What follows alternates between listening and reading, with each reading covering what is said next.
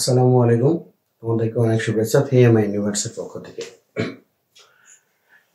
Triangle PQR এর P 3,4 Q 2T 5 C 6, T এর ক্ষেত্রফল 19 ইন্টিজার হাফ বর্গাকার হলে T এর মান নির্ণয় করো। আমাদের এখানে একটা ত্রিভুজের তিনটা শীর্ষবিন্দু দেওয়া আছে।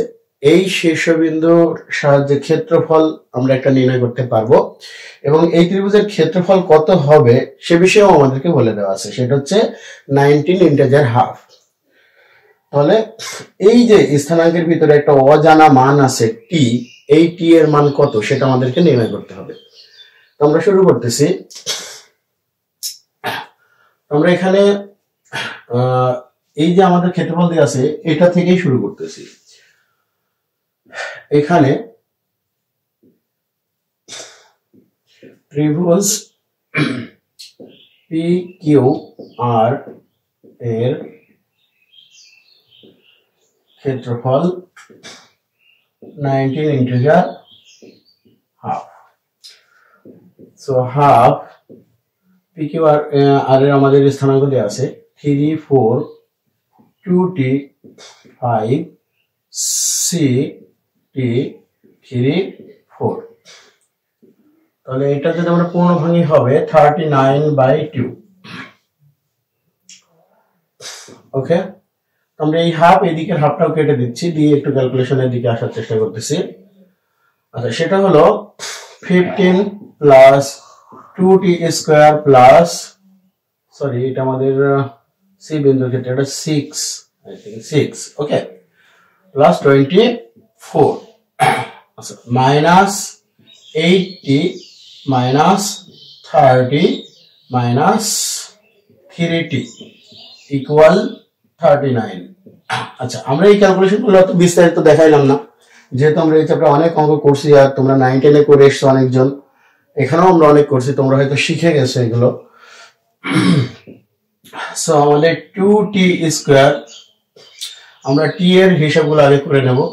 11T আর এখান থেকে আমাদের এই 24 প্লাস 24 আর এটা থেকে যদি আমরা ক্যালকুলেশন করি আমাদের, তাহলে এখানে মাইনাস 6 থাকার কথা।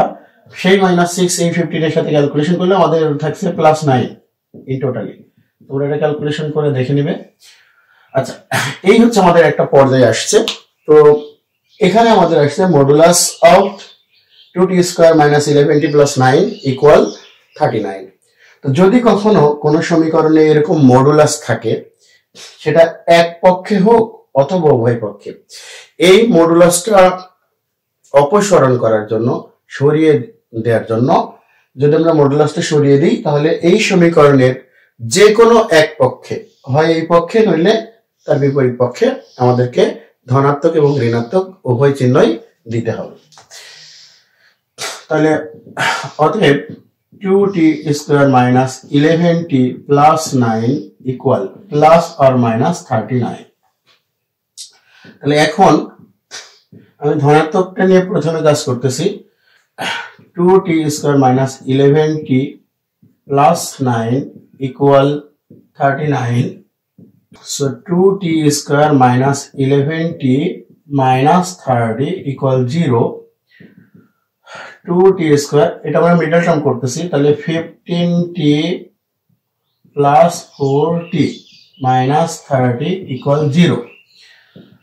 সো T এখান থেকে আমরা কমন নিলে চলে আসছে 2T মাইনাস 15 প্লাস 2, এখান থেকে কমন দিলে আমাদের হয়ে যাচ্ছে 2T minus 15 equal 0। So 2T minus 15 multiplied T plus 2 equal 0। Finally আমাদের এখানে T এর মান চলে আসতেছে, একটা হলো 15/2 আর একটা হলো -2। এই হলো আমাদের একটা T এর মান যখন আমরা এখান থেকে প্লাস 39 গ্রহণ করেছি। আমাদের আর একটা T এর মান আমরা নির্ণয় করব, একটু পাশে নির্ণয় করতে চাচ্ছি। আচ্ছা, এখানে যেহেতু লিখেছি আমরা, এখন এই জায়গায় লিখি আবার আবার তাহলে আমাদের এটা হচ্ছে 2t square minus 11t plus 9 equal 39। তাহলে 2t স্কয়ার মাইনাস 11t, এটা যদি আমরা একবার এদিকে নিয়ে আসি তাহলে 48 ইকুয়াল 0। তো এই সমীকরণটা যদি সম্ভব হয় তাহলে মিডল টার্ম করতে হবে, আর যদি মিডল টার্ম ওইভাবে করা সম্ভব না হয় তাহলে দ্বিঘাত সমীকরণের যে সূত্র আমরা জানি সেটা ব্যবহার করতে হবে। আমরা ব্যবহার করছি দ্বিঘাত সমীকরণের সূত্রই মাইনাস মাইনাস 11 প্লাস আর মাইনাস আন্ডার রুট। আমরা একবারে লিখে দিলাম এটা 121 বি স্কয়ার মাইনাস 4 এর মান 2 আর সি এর মান হচ্ছে 48 বাই 2a। তাহলে এটা আমাদের হয়ে যাচ্ছে 11 প্লাস আর মাইনাস রুট। আমরা একটু এই ক্যালকুলেশনটা দেখে নিই।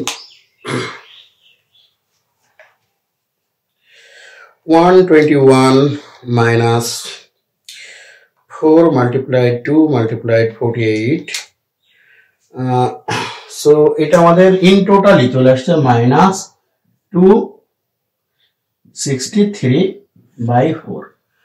আচ্ছা, তো এখানে আমাদের টি এর একটা মান যেটা আসছে, এই মান দুটো একটা জটিল সংখ্যা আসছে, কারণ তোমরা দেখতে পাচ্ছ যে এখানে রুট এর ভিতরে বা রুটের অংশে একটা ঋণাত্মক সংখ্যা চলে এসেছে আমাদের, সুতরাং এটা একটা জটিল সংখ্যা, তাই আমরা এই জটিল সংখ্যাটা গ্রহণ করব না। তো এখানে লিখে দিচ্ছি গ্রহণযোগ্য নয়।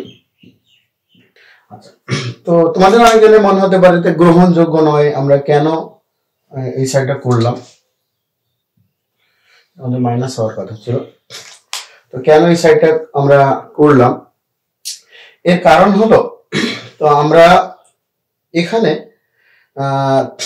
একটা জটিল সংখ্যা চলে আসছে, বাট অন্যান্য অঙ্কের ক্ষেত্রে এখানে একটা বাস্তব সংখ্যা আসতেও পারে। যদি বাস্তব সংখ্যা আসে সেই ক্ষেত্রে কিন্তু আমাদের এই সাইডের মানটা স্কিপ করা হয়ে যাবে যদি আমরা ঋণাত্মক অংশটা গ্রহণ না করি।